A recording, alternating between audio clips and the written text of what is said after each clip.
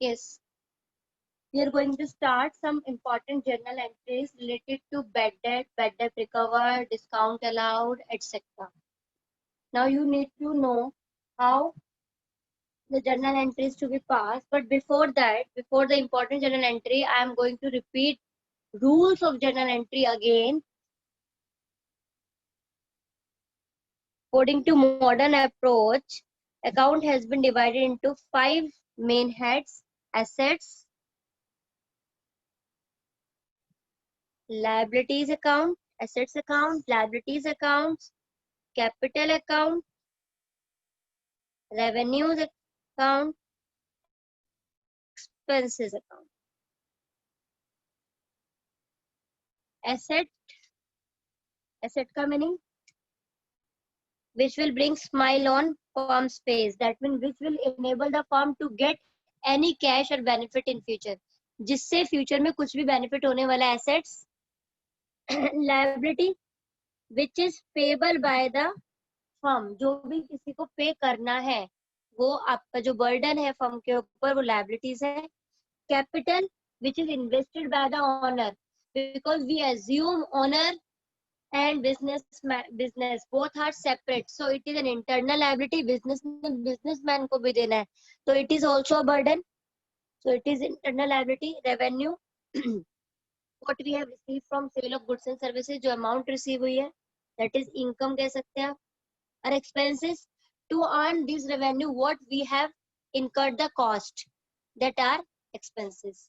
Rules repeat कर रही हूँ. Whenever asset increases, it will be debited.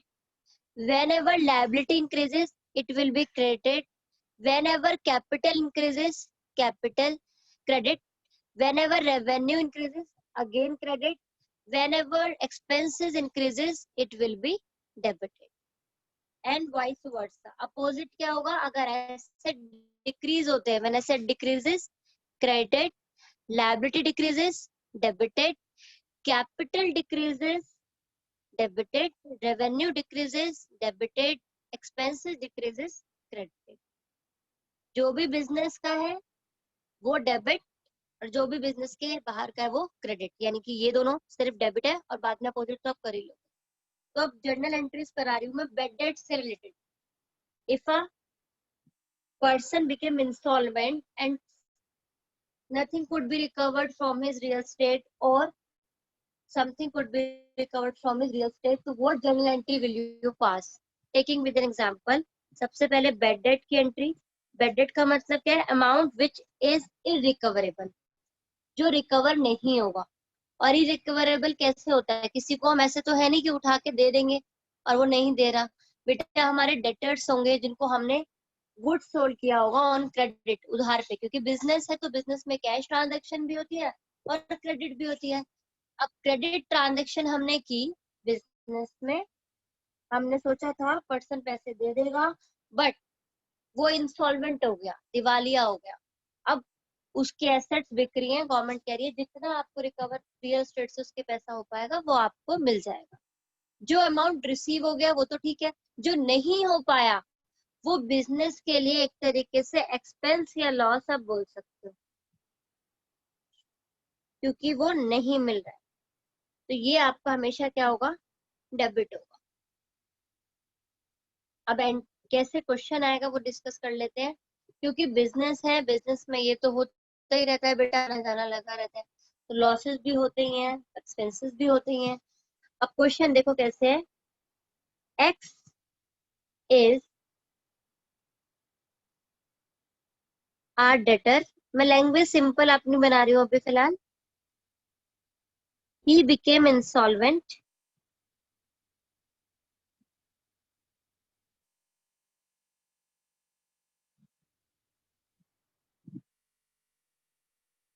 only 40% of his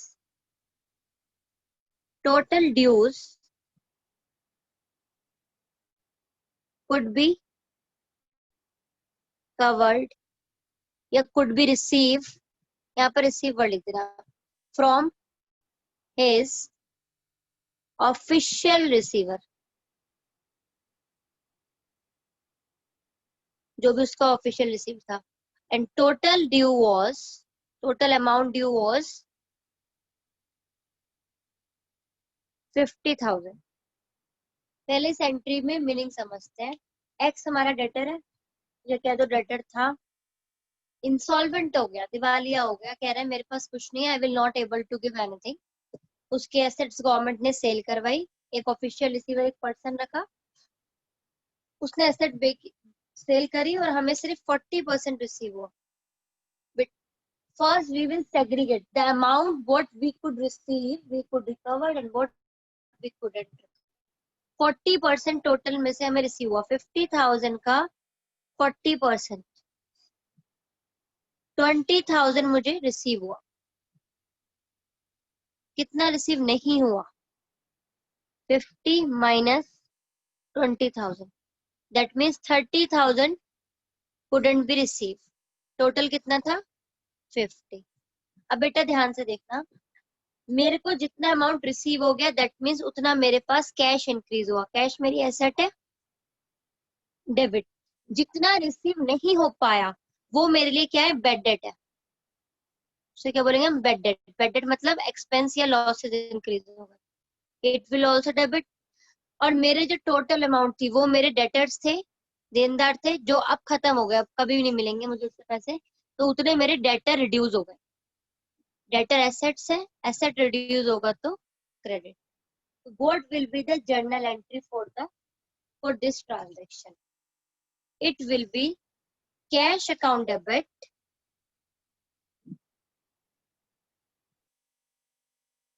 bad debt account debit to X account। X क्यों? क्योंकि debtor है ये। जितना रिसीव हो 20,000 कैश में, 30,000 will be in bad debt and 50,000 total will be in X। It must be clear to all of you. Now I am taking one more entry related to this. If we have covered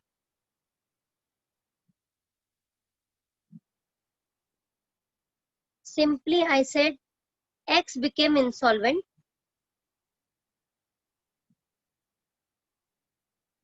and nothing could be covered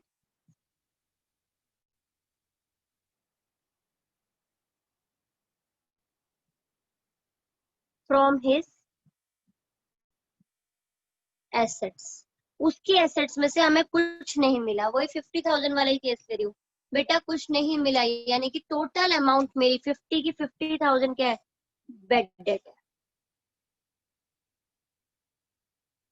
अब एक छोटा सा point है आपके सामने कि अगर मेरा अमाउंट नहीं मिल रहा है, वो बैड डेट है, तो बैड डेट हमारे एक्सपेंस है, वो डेबिट होंगे। क्रेडिट किससे करूं?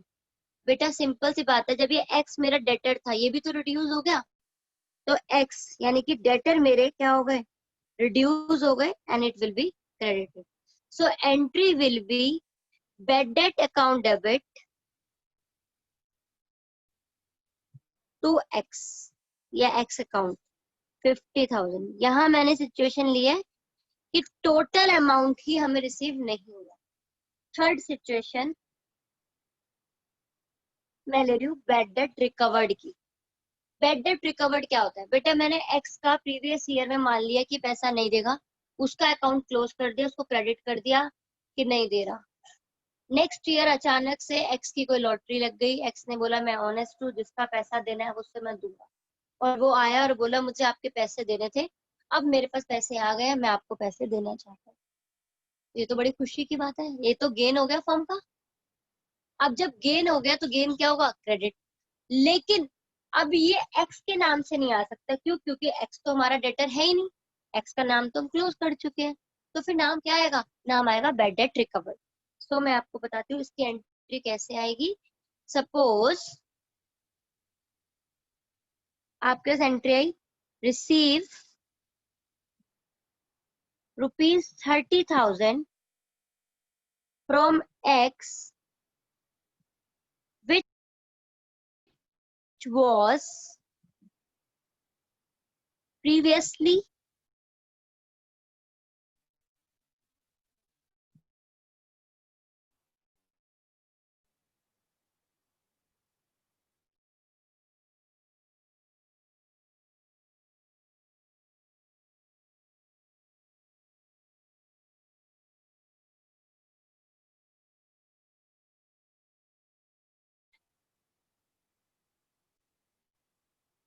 ये इंक्रीज हो गया, गेन इंक्रीज हुआ मतलब रेवेन्यू इंक्रीज हुआ, क्रेडिट कैश इंक्रीज हुआ, वो क्या होगा,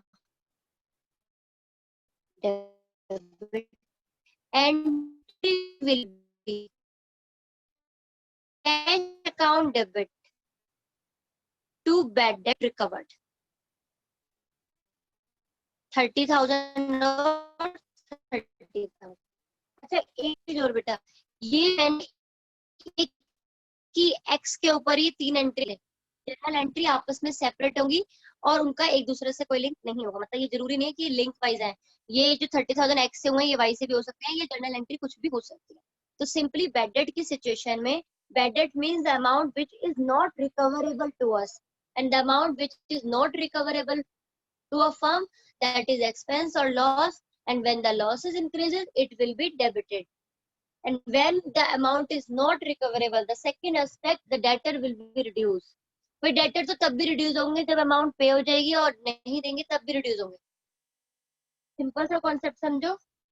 आप में से मैं किसी का भी नाम ले लेती हूँ, सपोज मैंने नाम लिया अनुज का, अनुज एक मेरा डेटर है, अनुज ने मुझे 20,000 देने, अगर ये पैसे देगा तब भी मैं इसका अकाउंट क्लोज कर दूंगी कि अनुज ने नहीं देने, और अगर ये इंसॉल्वेंट हो गया, इंसॉल्वेंट मतलब कि इसके पास कुछ है ही, फ्यूचर में दे ही नहीं पाएगा, मना ही कर दिया कि भाई ये हाथ खड़े हो गए, सुना होगा आपने लैंग्वेज, पेरेंट्स कहते हैं उसने तो हाथ खड़े कर दिए, वो पैसे नहीं देगा, दैट मीन्स इन फ्यूचर भी हमें कोई एक्सपेक्टेशन नहीं रिसीव होंगे, तब भी उसका अकाउंट क्लोज करूंगी मैं।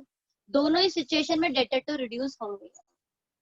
अब बैड डेट तो हो गया खत्म, अब एक और केस लेते हैं फुल सेटलमेंट वाला। देखो ये एंट्रीज एक साथ एक जैसी सी लगती है देखने में, लेकिन इसका ट्रीटमेंट अलग होता है, इसलिए एक साथ करवा रही हूँ मैं। सपोज यहाँ पर क्वेश्चन आता है, received ₹20,000 from Ram in full settlement of his account.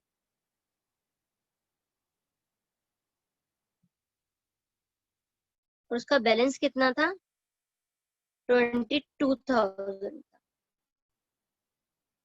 अब एक चीज ध्यान रखना है, जो बैलेंस 22,000 मैंने लिया बेटा, ये एज्यूम करा है, आपको कैसे पता चलेगा कि उसका बैलेंस कितना था, आप जो आप जर्नल एंट्री पूरी करोगे तो उसकी जो प्रीवियस वाली एंट्री है उससे आपको पता चल जाएगा कितने की गुड्स हमने उसको सेल करी थी, उतना होगा।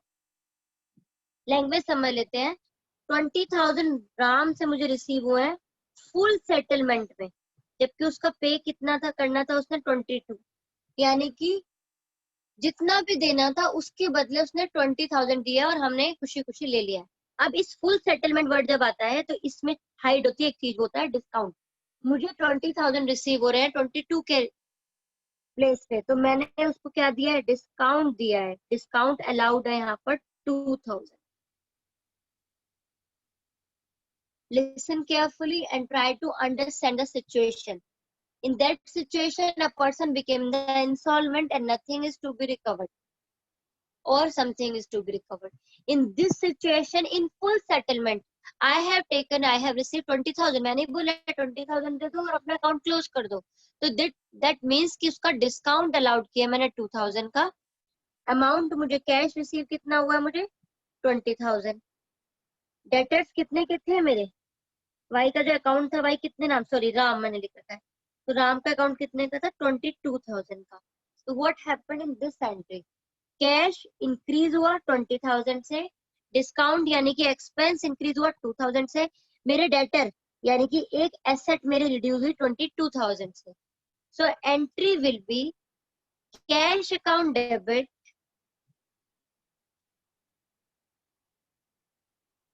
डिस्काउंट अलाउड अकाउंट डेबिट,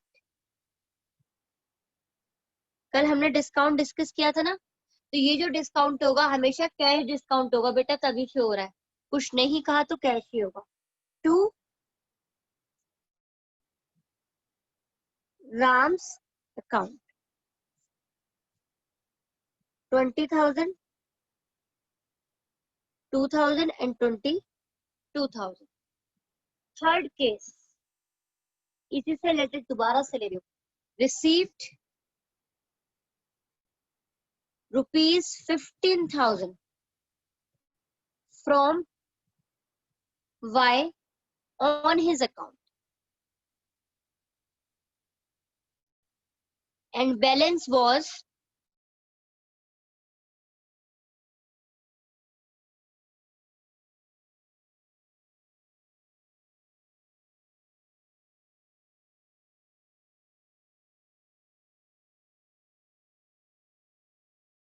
बाकी बाद में मिल जाएंगे।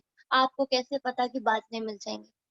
क्योंकि बेटा ना यहाँ पर फुल सेटलमेंट वर्ड दिया हुआ है, ना यहाँ पर बैड डेट दिया हुआ है, ना यहाँ पर इंसॉल्वेंट दिया हुआ है। अगर ऐसे वर्ड्स नहीं है तो we will assume that this amount is receiving now and other amount will, the remaining amount we will receive in future. तो अमाउंट सिंपल रिसीव की एंट्री होगी, इस अमाउंट पर आप ध्यान नहीं देंगे, it will be ignored. So cash will increase and debtor will reduce, but debtor कितने के रिड्यूस होंगे? सिर्फ 15,000 के, जितने उसने अभी दिए हैं। और कैश कितने से इंक्रीज होगा? 15 से। कैश यानी कि एसेट इंक्रीज डेबिट, डेटर भी एसेट है लेकिन ये डिक्रीज हो रही है credit. So entry will be cash account debit to Y's account 15,000। Don't get confused in discount, without discount and bad debt. I am repeating all these three again. तीनों की language में क्या डिफरेंस आएगा वो ध्यान से पढ़ लीजिए। एक में आपको इंसॉल्वेंट वर्ड दिया होगा, एक में आपको वर्ड फुल सेटलमेंट दिया होगा, और एक में आपको दिया होगा कुछ भी नहीं, दैट मीन्स आपको दिया होगा सिंपल रिसीव्ड ऑन अकाउंट। इसके अलावा कोई स्पेशल वर्ड इसमें नहीं होगा। तीनों में क्या डिफरेंस है? इंसॉल्वेंसी के केस में भी पूरे डेटर्स की फुल अमाउंट आपको क्या करनी है? राइट ऑफ करनी है, मतलब पूरे डेटर को रिड्यूस करना है, क्रेडिट करना है। फुल सेटलमेंट में भी डेटर को पूरा रिड्यूस करना है, लेकिन इसमें डेटर्स को रिड्यूस नहीं करना है। Debtor will be reduce only to the extent of his amount, that means जो अमाउंट रिसीव हुई है, सिर्फ रिसीव वाली अमाउंट के लिए आपको डेटर को रिड्यूस करना है। तो जहां ये वर्ड इंसॉल्वेंट आया बेटा, ये मेरा किससे रिलेटेड है? ये मेरा रिलेटेड है बैड डेट से। जहां फुल सेटलमेंट आया वो किससे रिलेटेड है? डिस्काउंट से। और जहां रिसीव्ड ऑन अकाउंट आया वहां ना तो बैड डेट है ना हम मेरा डिस्काउंट है, दैट मीन्स मुझे अमाउंट रिसीव की एक सिंपल जर्नल एंट्री पास करनी है। To be very careful for this. यहाँ पर आपको ये ध्यान रखना है। अच्छा एक बात बताओ, डिस्काउंट अलाउड हुआ तो इस तरीके से डिस्काउंट रिसीव भी तो हो सकता है, नहीं हो सकता क्या? बिल्कुल हो सकता है। सपोज मैंने एंट्री एक और मैंने लिया example, paid ₹12,000 to Anuj in full settlement of his account and balance was 15,000। Anuj को फुल सेटलमेंट में मैंने 12,000 पे किया, अब ये 12,000 पे करने में, और जबकि बैलेंस कितना था 15, मतलब अनुज का अकाउंट तो मैंने 15 से क्लोज करना है। अनुज डेटर है, डेटर मेरे रिड्यूस कितने से हुए हैं 15,000 से, तो ये तो क्रेडिट 15 होगा। जबकि कैश मैं पेड कितना कर रही हूँ, सॉरी अनुज मेरा क्रेडिटर है बेटा, यहाँ पर मैं पे कर रही हूँ तो मुझे पे करना होगा। जबकि कैश मेरा रिड्यूस कितने से सेट है, मेरी तरफ से कैश कितना जा रहा है 12,000, तो ये मेरा क्रेडिट हो जाएगा। तो जो 3,000 है उसका क्या करूँ, 3,000 बेटा मुझे डिस्काउंट रिसीव हुआ है, 3,000 is discount receive. When we receive the discount, it is gain for us, and when it is gain for us, it will be credit. Yes. So what will be the entry? Entry will be Anuj debit. अनुज एक creditor तक liability थी जो मेरी reduce हो रही है। जब liability reduce होती है तो मैं क्या करती हूँ, उसको डेबिट करती हूँ। Anuj debit to cash account to discount received account. Liability खत्म हो गई है मेरी 15,000 की, जबकि मैंने पे करा 12, दैट मीन्स 3,000 का मुझे मिला है डिस्काउंट। अगर इसी सेम क्वेश्चन में मैं बोलती pay 12,000 to Anuj in full settlement, sorry मैं बोलती pay 12,000 to Anuj on his account. अगर ऑन हिज अकाउंट बोलती तो बेटा सिर्फ जो पे करा है उस पर ध्यान देना है, बाकी की लैंग्वेज को इग्नोर कर देना। डिस्काउंट रिसीव एक्सपेंस नहीं है बेटा, डिस्काउंट रिसीव हमारे लिए गेन है, और जितने भी गेन होते हैं वो क्रेडिट होते हैं। इनकम गेन रेवेन्यूज क्रेडिट होते हैं, इसलिए मैंने इसको क्रेडिट करा है। क्लियर? चलो क्या क्या कवर किया अभी हमने। Today we have covered bad debt recovered in full settlement entries and these entries, simple. Now one more entry. चलो एक दो एंट्रीज और देख लेते हैं, उसके बाद डाउट्स डिस्कस करें। वैसे मैंने डिस्कस पहले भी करा है, फिर भी दोबारा कर रही हूँ। Goods given as charity,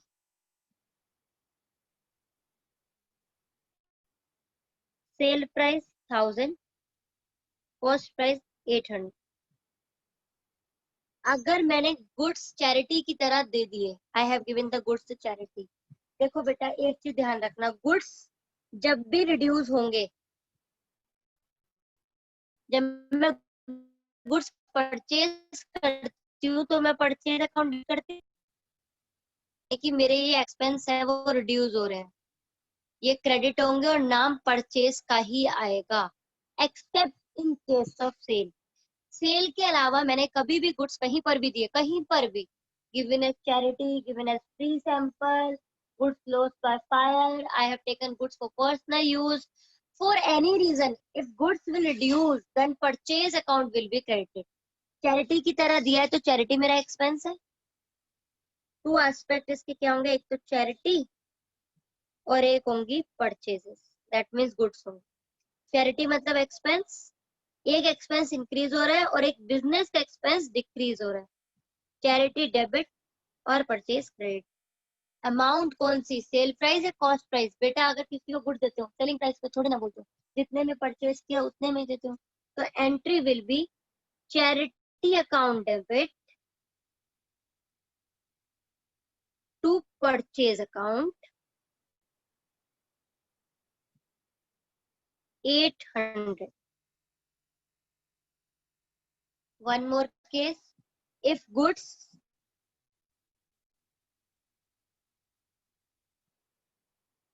has withdrawn for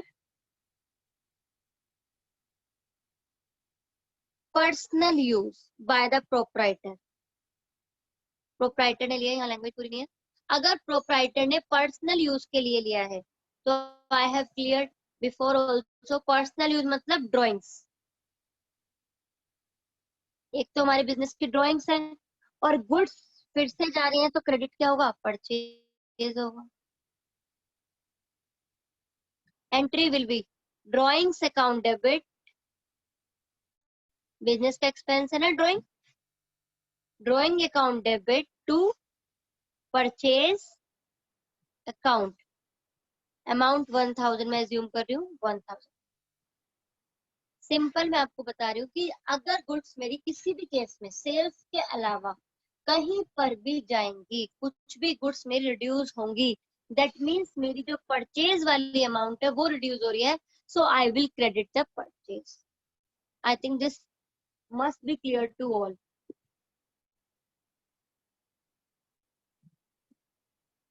thank you so much.